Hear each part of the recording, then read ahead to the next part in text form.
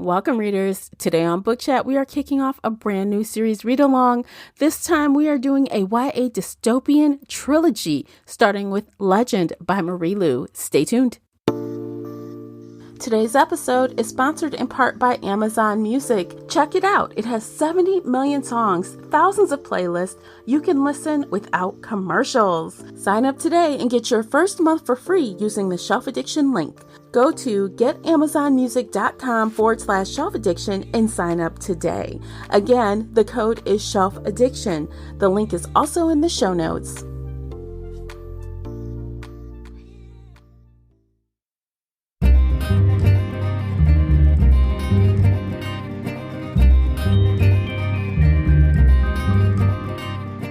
Hey everyone, I'm your host, Tamara Ford, and welcome to Book Chat here on the Shelf Addiction Podcast. Participate in this book discussion by joining the Facebook group Shelf Addiction Official or joining us over on the Book Clubs app. Talk about the series with us as well as other bookish topics. I hope to hear your thoughts on this book discussion. You can always find us on Twitter and Instagram. The links for everything mentioned are below in the show notes. If you enjoyed today's episode, please support this podcast by sharing it with some book nerd friends or on your favorite social media space. That would really help me out, and I appreciate you for doing so.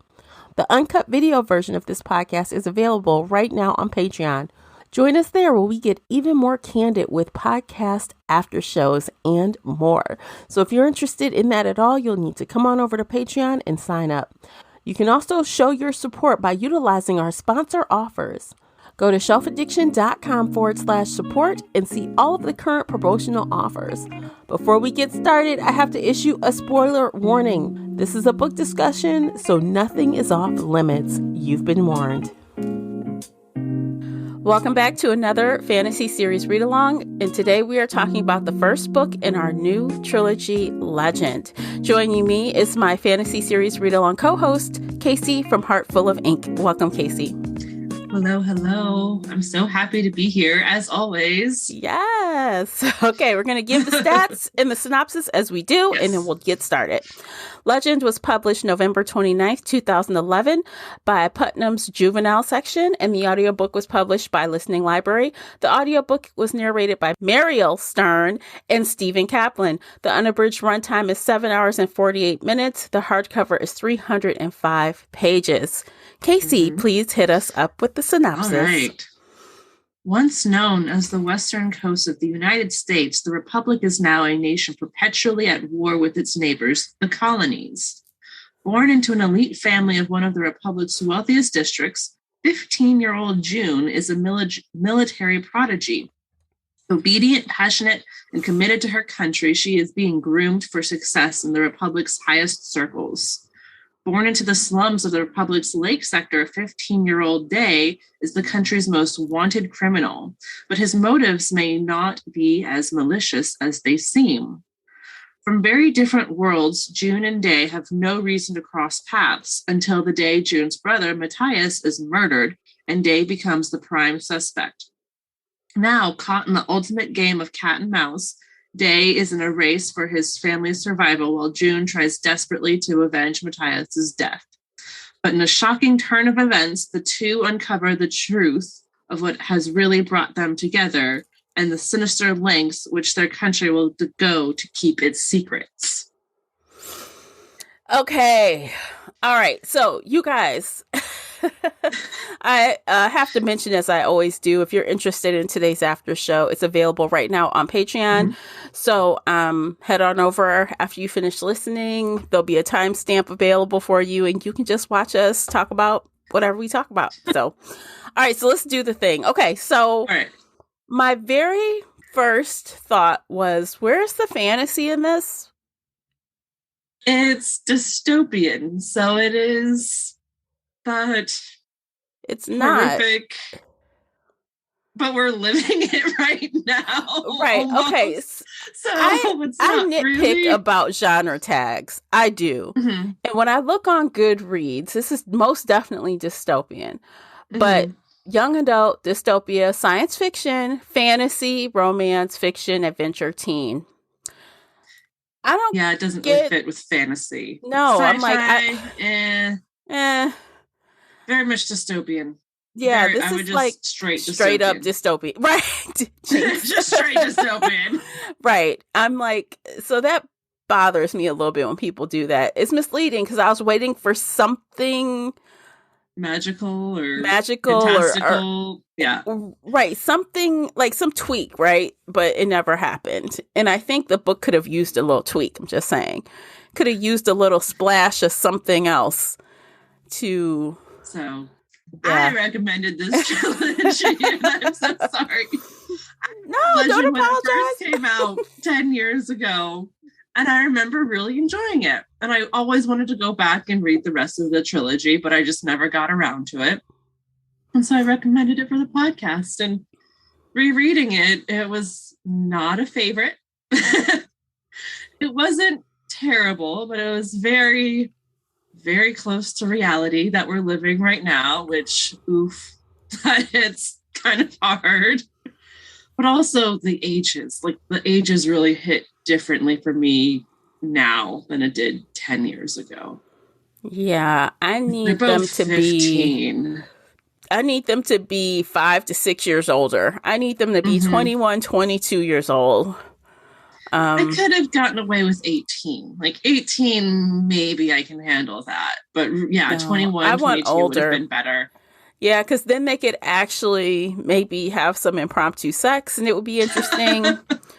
I mean, you know what I'm saying? Love. Right. There could be more reasons for the government to trust them. And, you know, he could be doing more than what a 15-year-old. Yeah. Right. The I mean, age was and the just too author, young. she used the excuse, or I guess the plot device of them being prodigies to be so smart and agile and top of the class and know everything. And I can accept that like this much, but at the same time, yes, let's go send out a 15-year-old to go discover another 15-year-old. Sure, go. Yeah. I mean, at least they were the same age.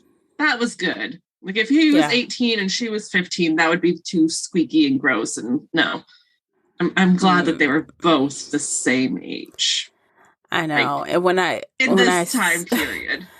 Yeah, I don't know if we're going to get a time jump after this. It would be great if we did, even a year or two. Like, let's say they're on the run and we're not picking up immediately. We pick up sometime later. I would love that, but who knows? I haven't even read the description for the next book yet. But I'm not even going to lie about it. When I read that there were 15-year-olds in the description, I'm like, ugh. Yeah. I don't know, but give it a go. We'll give it the college try. But and honestly, even though it was a short book, by standards, right? I felt like the beginning was very slow for me. It was slow. It was a slow build. It was a slow start. There was a lot of flashbacks that kind of felt unnecessary in the moment, but I realized why she included them. Like when Matthias was 19 and skipping his graduation to be home with a sick June. Like, I understand why you included that scene, and I get it, but also, like, it was really boring in the moment. It didn't feel necessary at the moment. Yeah.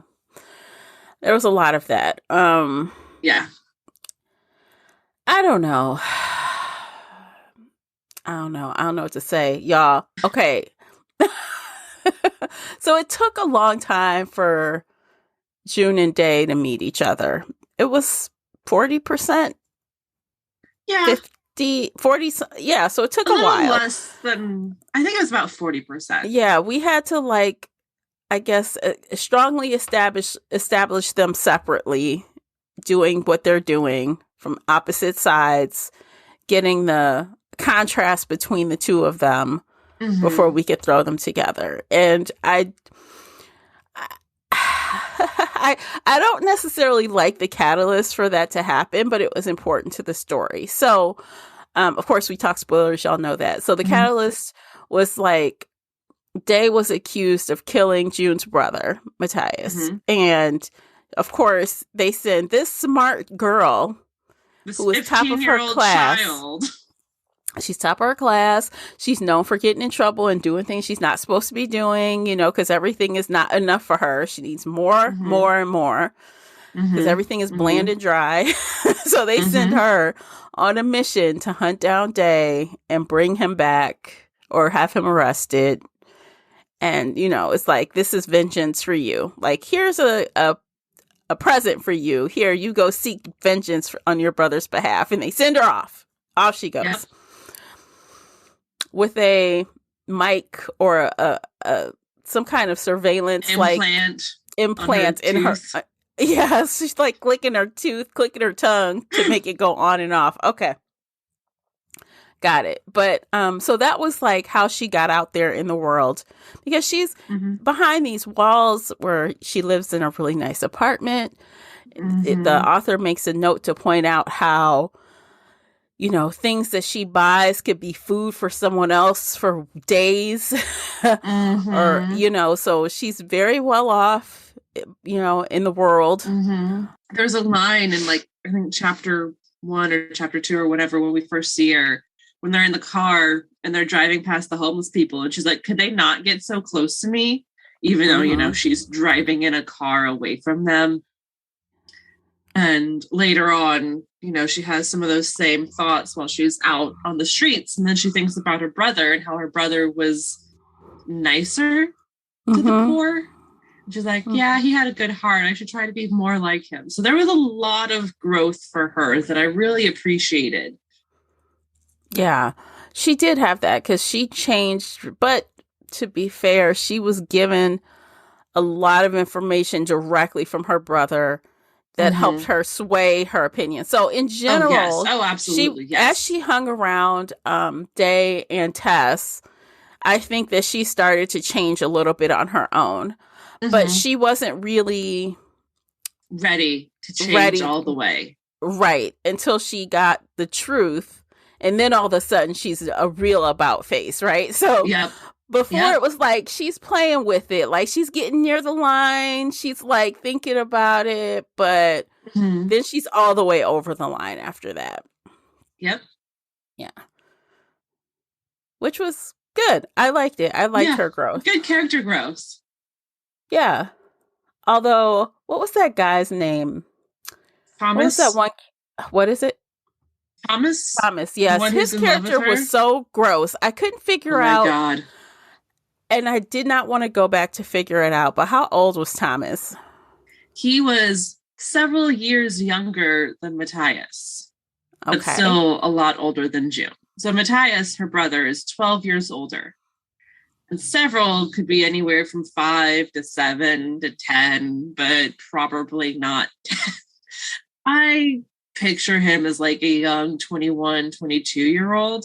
Yeah, that's what I was guessing. It's still skeevy that he's hitting on this 15-year-old. And also, like, how is he so young and so high-ranked, but he's so murderous and gross? He is gross. And she was only friends with him because, because of her brother, basically. But he was obviously wanting her and trying to manipulate her. And you could tell he was controlling as well. Like that one scene where he shows up in the middle of the night and he's like banging on her door. And she's like, I said I want to be left alone. I'm like, damn, girl. That was so abusive and so creepy. And she has to tell him multiple times to go away. I'm like, thank God she stuck to her guns. Because I'm like, is she going to cave and open that door? She didn't. She would not be okay if she opened that door. Thank God she did not open that door. And then he shows up the next freaking night at midnight again. But she's gone. And he's like, where were you? I'm like, get out my damn business. I'm like, my God. She is awful. He's awful. He was the worst. And the fact that he listened in on her entire stay out on the streets with Tay, and then he heard the kiss, like, yeah, and he was jealous of that. He got so possessive, he had to beat up Day because he kissed her, and he was gross. He needs to die. And June told him But he obviously didn't believe her. But she said, hey, so look, I didn't want to give away who I was. So I played along. Mm-hmm. Yeah, it's fine. She didn't make a big deal Mm-hmm. of it. She didn't say, oh, I think No. I'm in love with this guy. She just said, yeah, it's whatever. It was a part of, Because she turned him in like an hour after Yeah. the kiss Yeah. anyway. So why are you so outraged and, jealous? That didn't make sense all the way, but okay. No. I'll roll with it. They needed another villain besides the government, I guess. Well, they needed the immediate villain, the person who put the dagger in Matthias's heart. They needed the villain who, looks like the good guy and looks like somebody you can trust, the way the government is supposed to be the good guy and somebody you can trust. Mm-hmm. But he even got jealous when the president's son met June and kissed her hand. And Thomas was like, I didn't know he was going to be there. I'm so jealous. Yeah. Nah. And she's like, yeah, no, I don't care that he's here. And it's funny because at first I thought it was going to be, oh God, is this another guy to be falling all over June? Like it seemed like there was something there. Maybe it will later. I wouldn't put it past, later in the book or trilogy. Because he's young. He's what? He was 21 or 22 too. Mm-hmm. Like he was young. Yeah. He kissed her hand. There was eye contact. And yeah, every time she went to a party or the funeral, there were all these old men just like staring at her and staring at her boobs and staring at her face and calling her pretty. I'm like, she is 15. She is a child. You are a grown-ass adult. Please stop being a pedophile. Yeah, that one old dude that was like sitting next to her at the he was so gross. So gross. Oh, yeah. Yes. No. There are some nasty people in this government republic place. Like, ugh. Yeah, it's just, I guess, increasing the reasons to not like the government, right? I guess ramping up even more why the government is bad. All the people. Yep. It's full of pedophiles. It's full of murderers. Yeah. And there was a lot going on. So between like the whole weird vibes surrounding June and like the sexual innuendos and the comments and the touches, we have people, being, given a virus on purpose. We have people being, I guess they're murdered, testing on them and then murdering them. Children, again, 10-year-olds who are taking this test to prove your aptitude. And, according to the government, June was the only person who ever got a perfect score ever. Yeah. But then she hacks into whatever website and discovers that Day also got a perfect score, but they told him he failed. And they wrote a failing number on top of his test. And they sent him away to be studied and poked and prodded and then murdered. Yeah. When he was 10. And that's how he escaped the labor camps that they claim to send all the failures to. Which there are no labor camps, we find out. Nope. It's just what they tell everyone. Yeah. So I don't know exactly why they're doing this yet. Like what is the motivation? I was going to assume that it was some sort of like DNA testing, and they don't want any of the poor people to ever feel like they can get out of the poor house, so to speak. So when somebody does really well, they say, oh, no, you failed. Just like Day, he failed. And then they went and took, DNA samples. So maybe they're going to try and clone him. I don't know.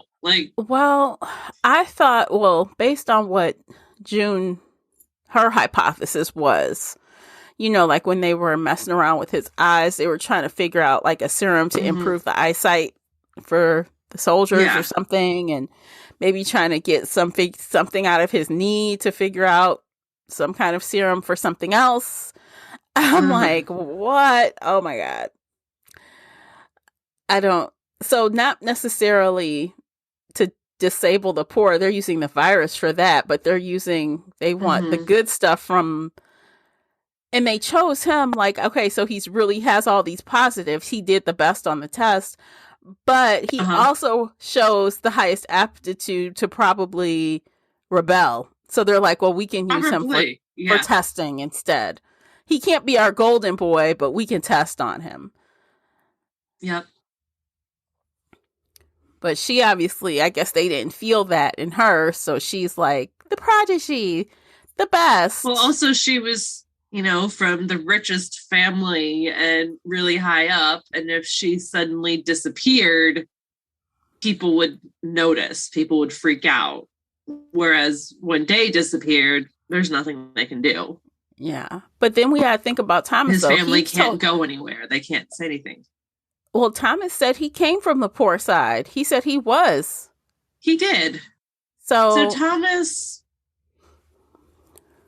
came from a poor family. He did all right on his test. It wasn't perfect, but it was pretty decent. I think it was, I don't know, close to a 1400, they said. Mm-hmm. And that's when he met up with Matthias, because he did good enough for them to be like, okay, maybe you're worth something. And, they do want to keep some people around. And obviously, he's very good at following orders. He's a good follower. People. Yes. And so he has zero chance of rebelling. And he's a psychopath. So he's perfect. Yep. So he's perfect. They want him as their right-hand man to murder helpless mothers and injure generals and just, protesters, shoot them all, pen them in. He was perfect for them. Absolutely. Whereas Day got shipped off and almost murdered himself. But anyway. Yeah. So I guess that just goes to show that if you fit the categories they want you to, even if you're super poor, you can get through. You could have a different kind of life. But on the flip side, no matter how good you are, if they see you as a threat, if you're poor, they'll eliminate you. Yep. Two sides of the same coin kind of thing. Oh, yeah. Yeah. So that's interesting. I mean, I thought I did have a big problem with like these grown ass adults letting, June just do all these crazy things, like her mentor, the commander. Yeah. I'm like, what is this? Like, it's so. It was hard for me to swallow. It made no sense that June was in charge of Day. She got to go give him water and command the soldiers around him. Like, I was rolling my eyes so hard during all of that. I mean, it's one thing to send her off out into the field to go capture him, because that's kind of like a suicide mission. And be like, yeah, no, child, go. Like, I don't care if you live or die. But to stand around and order the soldiers around and be like, leave him, go this way, go that way. Like, that made no sense. No, it was like she just had free range to pretty much do what she wanted. Just because she captured him. Like, they had a big party and celebration because she did so well. And I mean, I would celebrate that, but then send her off to do paperwork. Something else. To go sit in the corner. Not put her in charge of all the soldiers who are probably 20s, maybe 30s, if not older. Like, Thomas is young and he is in charge of them, which is weird, but at least he was an adult at 21 or 22 or whatever we decided his age was. Like, yeah, she's 15 ordering these men around. No. I mean, not only that, she got put in charge of his care basically until execution. Yeah. She, make sure he has one bottle of water a day and he can have one, so. You could have put anybody in charge of that. Like, the lowly intern could have been put in charge of that. Mm-hmm. It didn't need to be your special prodigy child. Right. But if she wasn't in charge of it, we wouldn't have a book. So, yeah, I get it. Yeah. I don't know. Maybe if they threw in a scene saying, with June trying to convince the commander why she needed to be in charge. Maybe she could say she didn't have closure or she needed something else, or, you know what I mean? Like maybe if she had swayed the commander to let her do it, maybe that would have been a little better. Yeah. Because there was that one scene where she was interrogating him and asking about why he murdered her brother. She was beating him with her gun, her empty gun, so she wouldn't shoot him, but still like, no. She's like, I'm not going to bring bullets because I don't want to kill anybody, but I will pistol whip him, though. I don't know. Like, okay, girl. Okay. I don't know. All right, y'all. Look, let's take a break. It's a good time for a break. Okay. We're going to check out these commercials. You guys hop on over to Amazon and check out the Book Review Journal and the Book Review Notebook, both available right now. And stay with us. We'll be right back to finish this conversation. Today's episode is brought to you by the Shelf Addiction merch store. Check out all the bookish t-shirts, notebooks, mugs, and more. Don't miss out on these original designs, perfect for any book nerd. Support the podcast and visit shelfaddiction.com/merch and pick up your next favorite bookish item. All right, guys, welcome back. So, more things. Okay, I gotta ask you, Casey, did you find any of your infamous plot holes? Well, the age thing. The age thing was the plot hole that I'm just kind of like, okay, I'm just letting you go. Mm-hmm.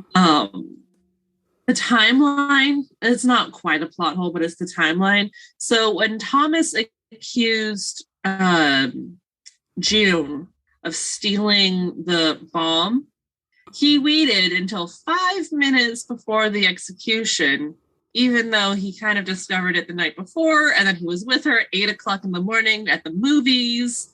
He could have accused her at any time before or after the movie, literally any time during the day. He waited until like 5 minutes before the execution. Right. And that didn't feel realistic for Thomas or the commander or anybody. Like, I know she probably wrote it that way because you needed all of the action happening at once. Right. But it just... I mean, it's something that serious. Something that serious, I can imagine her waking up that morning to bangs on the door, like, we're apprehending you for questioning. Yeah. Not immediately. Let's go to the movies. Let's hang out. Right. Let's be sweet and romantic together all day. And oops, now that it's time for this execution that you've been, looking forward to, air quotes, let me apprehend you and take you down to the base. Like, it just, didn't fit. That was shoving two separate puzzle pieces together. Yeah. The fact that Matthias's photos of his wound, weren't showing the second wound, and they're all done at an angle, and it was just like, is everybody on the payroll? Is everybody invested in killing him off? Like, everybody from the commander down to the lowly crime photographer? Like, right. There was just a lot that, just worked for the sake of working. It was kind of heavy-handed at times, I think. Yeah. So it wasn't necessarily plot holes, but just like, okay, you're just telling me this is how this works. And even the pipes with all of the virus stuff. How the fuck were they able to put the pipes under the houses without anybody noticing? I don't know. Or was it all there before? Like, was it a sewer system? But it didn't feel like a sewer system. It felt like it was kind of new and, barely under the dirt of the house. Like, it was right there. And I was like, are you sure? I know. But, there's just a lot of stuff like that where I was like, are you It's sure kind of clunky. I mean, what but you okay. want? Like, Yeah. We'll doesn't just roll really with it. work. But okay. okay. Yeah. Okay. Exactly. Yeah. These two 15-year-olds are like the best of the country at everything. Okay, sure. Mm-hmm. Yeah. Mm-hmm. We'll go with it. Mm-hmm. She can climb a building in 4 minutes and 54 seconds. Okay, sure. What is she climbing with her fingernails? Like, right. he broke into a bank vault in 10 seconds. Okay, sure. Sure. Let's just roll with it. Yeah. Yeah. He jumped out of a 3-story building and didn't break his ankles. Okay, sure. At least he did have some injuries, but yeah. He did have some injuries, but I was like, he should have broken his ankles. Yeah. Yeah, I don't know. Yeah. But that would have lengthened the book if some of those things could have been addressed and fleshed out a little bit more. That could have made the book a little longer. Some of them will be addressed in the next book or the third book, because what else are they going to do? Like, now that they've discovered that the government is, making everybody sick, they're going to want to find the pipes. They're going to want to follow that. They're going to, yeah. I'm not sure I like where it's going, to be honest. Okay, so I say that because like there was one line or one little segment where she was reading, Matthias's like online journal thing or whatever. And he says, if you're going to fight back from within, Mm-hmm. right? And I'm like, wow, that's great advice. And I'm thinking, well, maybe she'll try to stick around and do the fighting from inside. But I'm like, no, it looks like she's going to try to rescue them. And when that happens, she's outed, right? There's no way she can go back. And I feel like it would have been more intrigue, if she were still in there. It would have been interesting if she could fight from the inside. Yes. Yeah. But with Thomas, with the commander, with everybody watching her, there really wouldn't have been much she could do unless, she decided to go kill the president at a party. But I don't think she's that violent yet. So, no. If Matthias was still alive and they could fight together, that would have been one thing. But now that he is dead, now that she's, again, a 15-year-old child fighting against the government. Yeah. I do think she and Day will make more damage on the outside rather than inside. But it would have been interesting to see her fight from the inside. I mean, because now the next book, I'm making a lot of assumptions here, guys, but I can just imagine them, jumping trains and doing all kind of crazy stuff to get to wherever they want to go, seeking out Tess to see if she's okay. Like, who cares about that? Like, she was a minor character that was somewhat important, to Day's character. But do you need to go check on her? She's fine. Like, I'd rather her show up in a different capacity somewhere later than them go look for her and see if she's okay. And I'm like, you guys are fugitives. And it just seems stupid. I'm like, I just imagine that and them like being goo eyes over each other as they hop trains. Of course they're gonna be. Of course they're gonna be. They're go, 15. Make the trek from LA to Vegas or some shit. I don't know. That's where they're headed. Yeah. I'm like, I just see this being the. I hope not. I hope not. But like I said, I am taking some liberties with that. I don't know what's actually going to happen. So yeah, I never read it, so I don't know what happens. And rereading this one, I had forgotten everything, including the fact that they were 15. I knew they were teenagers because I knew it was YA, but I forgot that they were 15, even though it's right there in the blurb. I just nope. So reading it felt like reading it for the first time because I was like, I don't know what happens. Oh, her brother dies? Oops, forgot that happened. Right. Like, that's how I was reading the last series. I'm like, oh, I forgot that. I forgot that too. And that too. But, I know I sound like I'm kind of down on it, but I'm not going to say don't read it. I wouldn't go that far. I wouldn't say that. A decent book. Yeah, I guess decent would fit. the cat. I guess decent would work. I don't want to get It's- political, but Yeah. this kind of feels like what the QAnon thinks our current world is. Mm-hmm. And so I'm reading it and I'm like, I'm enjoying it, but also, oh my God, this is reality. Please stop. Can we go back to happy days when it was, you know, the angels versus the demons fighting for 7 souls? I know. And you know, that was fun and enjoyable. This is stressing me out. Mm-hmm. I agree. It did feel, but you know, that's the thing with dystopia stuff. It's like so much of it. It's like because we just repeat shit over and over again in the real world. So we are notorious for that. So every time you read something in this genre, it kind of has vibes of things, ties. Like if you thought about it, oh, that kind of seems like this. And in 2011, you probably could say, oh, this sure sounds like whatever's going on right now in 2011. In 2011, we didn't have COVID, but yes, like it was kind of.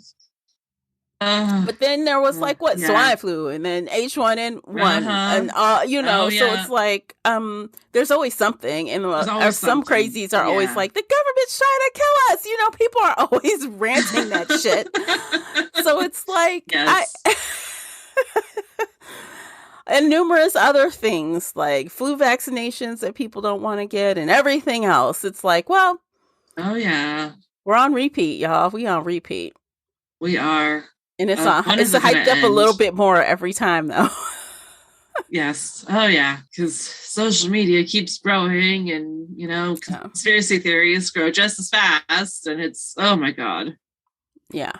Let's not get political. Let's get out of this conversation. No, but that's what dystopia is. And I guess we probably could have just considered that before picking it, like dystopia in this time. But I wasn't thinking. I forgot everything. So as soon as the virus came up, I went, oh my God, no.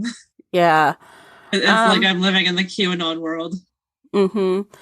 But this falls right in that, I guess, place of the Hunger Games and Divergent and all of those, I think, popular titles that actually got made into movies. This one didn't. It will. Will it? Yeah. Remember when we were talking in our last podcast, this one's been optioned for TV. And it's been optioned a couple times, but the article we were reading was November 2021. That's right. It's been optioned for TV. But they've already said that they're going to make Day and June older. I think they're making them 18 in the TV show. Thank God. That's right. Yeah, I can sit with 18. A little older would be nicer, but I can sit with 18. That makes it a little bit better. Okay, so when this comes out, y'all, we're gonna talk about it. A couple of years. Yeah, it'll probably, if I can remember. I will not be the one to go back and reread this in preparation, but I'll watch it and I'll be like, oh yeah, I remember or I don't remember. We'll just have to listen to this conversation and be like, oh yeah. Yeah, that's what happened. So, I don't know. I'm curious to see how they're going to handle the whole, because you remember the scene where they talk about kind of how Day got that coin that's covered. His parents found a U.S. States quarter, a United States quarter from 1990. And they said that, I guess it seems like they're saying the United States didn't exist at that time or something. It's well, okay. So the Republic has convinced everybody that the Republic and the colonies were never together. They've always been separate. They've always been fighting. There's always been this great divide between them. It was never the United States of America. But when he finds this quarter from 1990 and it says the United States, they're like, oh, proves it. It's proof. That we once were all together. It wasn't just the colonies versus the Republic. It was, America versus the world or whatever. Yeah, so I wonder how that's going to work. They've been this way for several decades. They've been brainwashed. History has been erased. And Day now has this coin on a necklace. But it's covered. And I don't know if he can ever uncover it. Mm-hmm. I don't know. I found it really weird that June's proof that she knew he was gay was because he went to go grab the thing around his neck, but it wasn't there. It was in her pocket. And I was like, okay, as a person, I will touch my neck all the time. I just, weird habit. I just pull on the collar of my shirt. Like, it's not this whole big thing where I'm like, oh, my necklace that I don't have. I want to touch it, but it's not here. And she's like, that's my proof, is that he went to go touch the necklace that he doesn't have anymore. And I was like, really? And to be fair, that necklace could have been anything because... Really could have. Yeah. Sometimes, I don't wear the same necklace every day. I switch it up, but I know I'm also not really poor and running for my life. So there's a difference. But that's a big jump to assume that is the same necklace that he could or could not be reaching for. I don't know. Yeah. Like, again, it was a, really? You're going to say this? Okay, I guess it fits. But, and, she followed him to his family's house and saw that his family was sick. But still, like, it never felt like enough proof. It didn't feel like actual proof. It felt like she was just the hurt 15-year-old girl jumping to conclusions. And she just so happened to be right.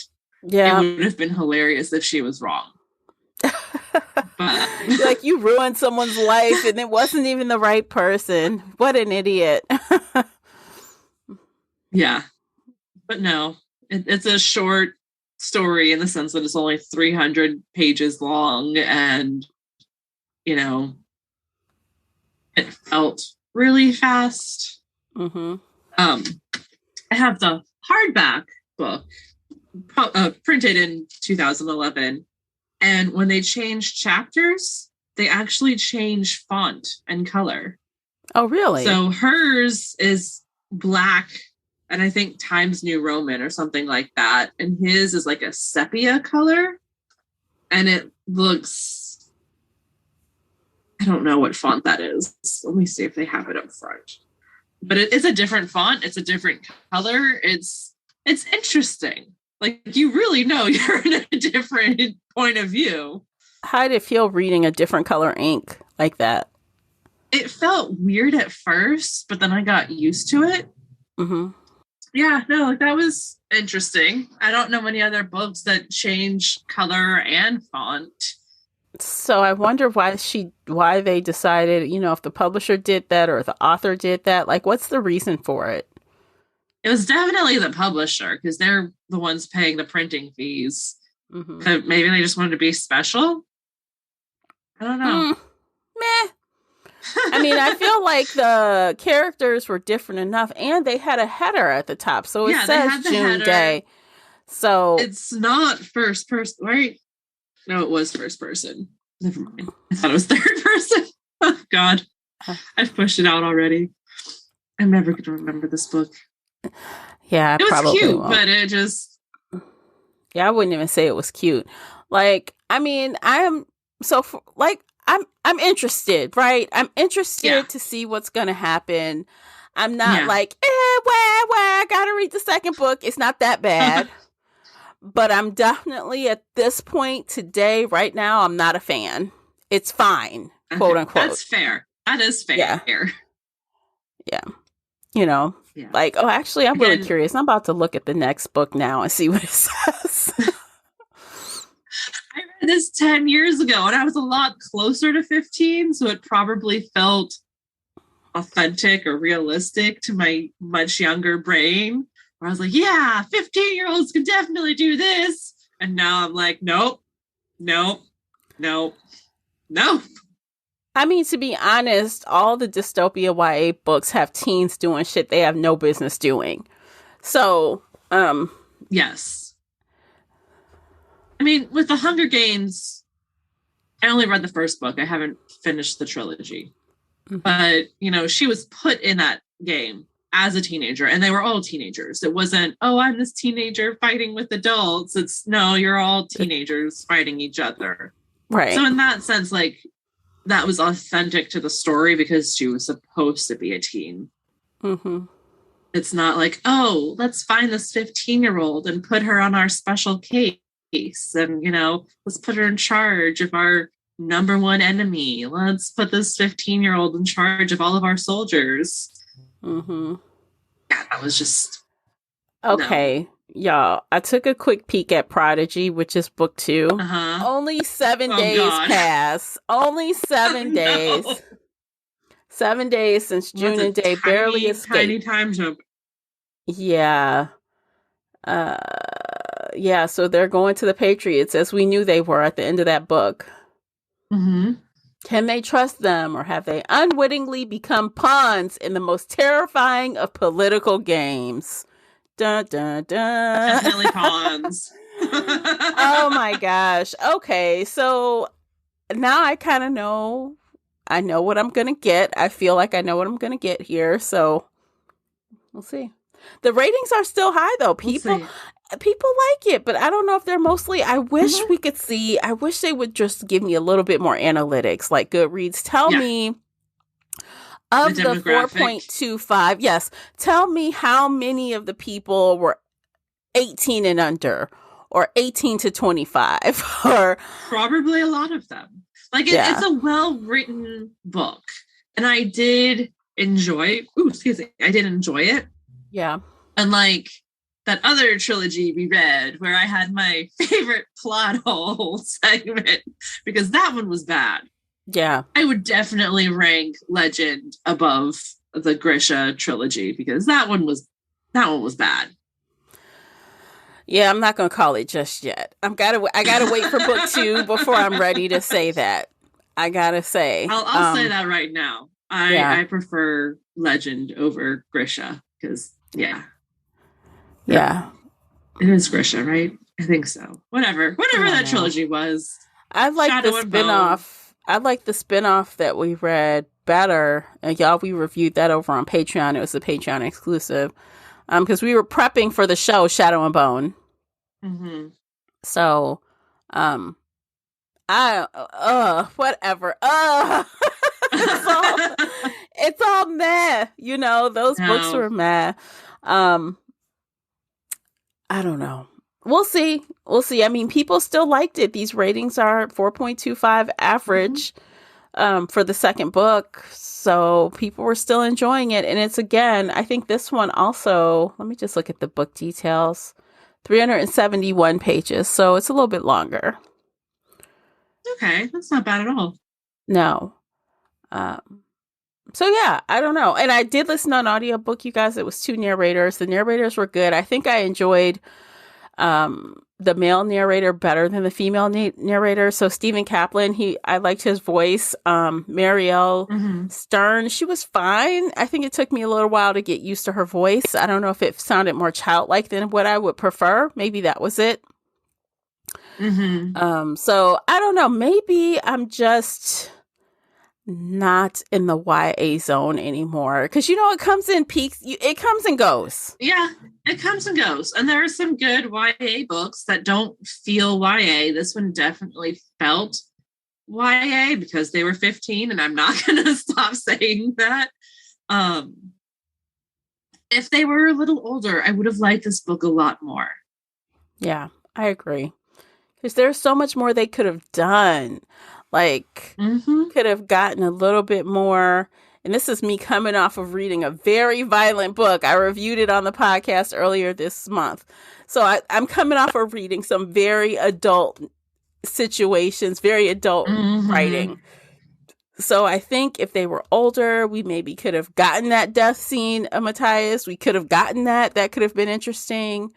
There was fighting and he ran off. But I wanted, like... something else.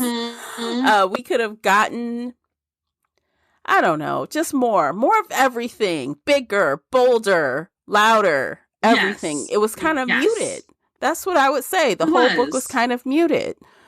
So it was a little muted, and it felt a little off, again, because they're 15 and they were put in these very adult situations, but they felt like children. And so And sometimes that was for the creep factor, like with all the older government men. And sometimes it was, she's just in charge of all these soldiers. And I'm like, how? Why? What? No. Mm-hmm. And yeah. Like, why did that even need to be added? Like, why did that creepy, factor need to be added about the old guy's Like, there was nothing going on, right? And I wondered, like, well, did he molest some people? Like, what happened? Like, obviously Matthias quit him. He quit his team. I'm like, but why?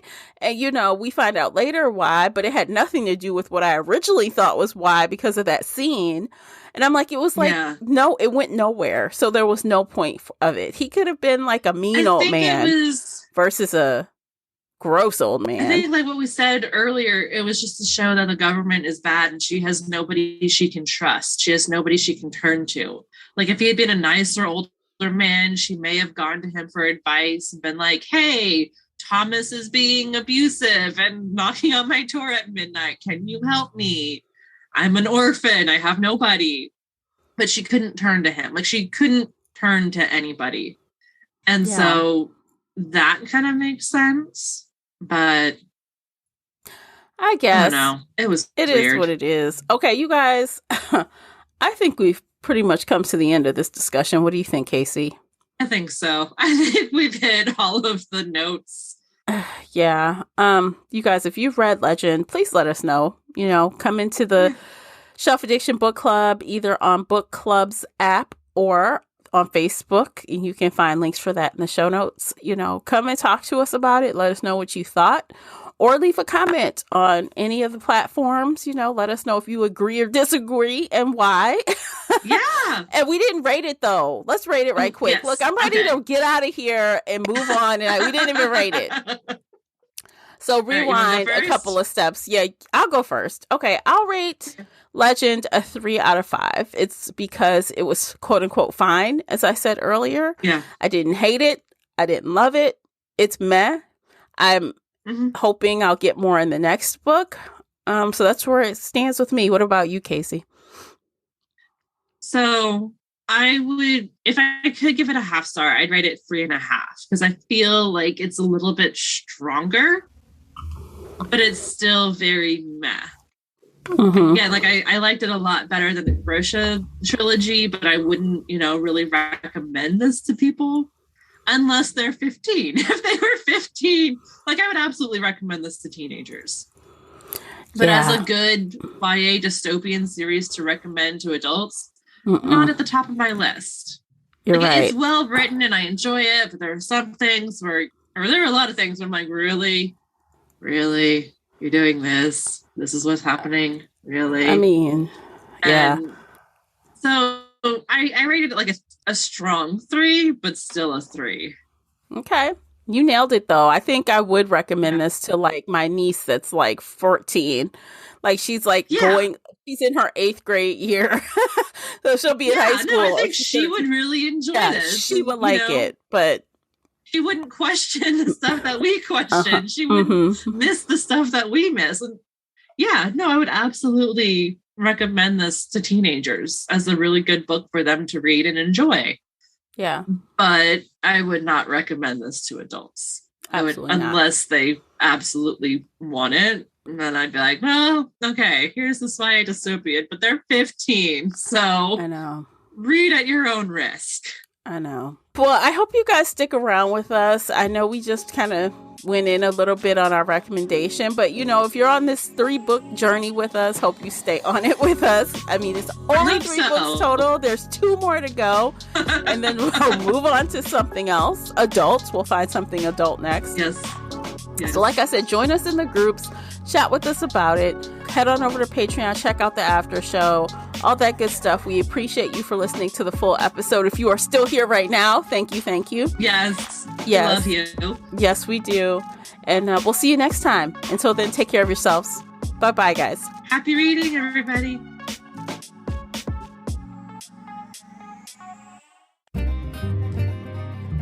If you enjoyed today's episode and would like to show your support, there are a few things you can do. Head on over to Apple Podcasts and leave a positive 5-star review, or like this episode on your favorite podcast player. It seems so simple, but it really helps me out. You can share this podcast with other book nerd friends or on your favorite social media space. You can also join the Shelf Addiction Patreon family. For as little as $2 a month, you will help us produce even more awesome content for your ears. You can also consider joining the Shelf Addiction Official Facebook group, where we talk all things bookish and more in a safe space. The Shelf Addiction Podcast is a part of the Nerdy Maven Network. You can also reach us via email at info@shelfaddiction.com. Thank you for listening.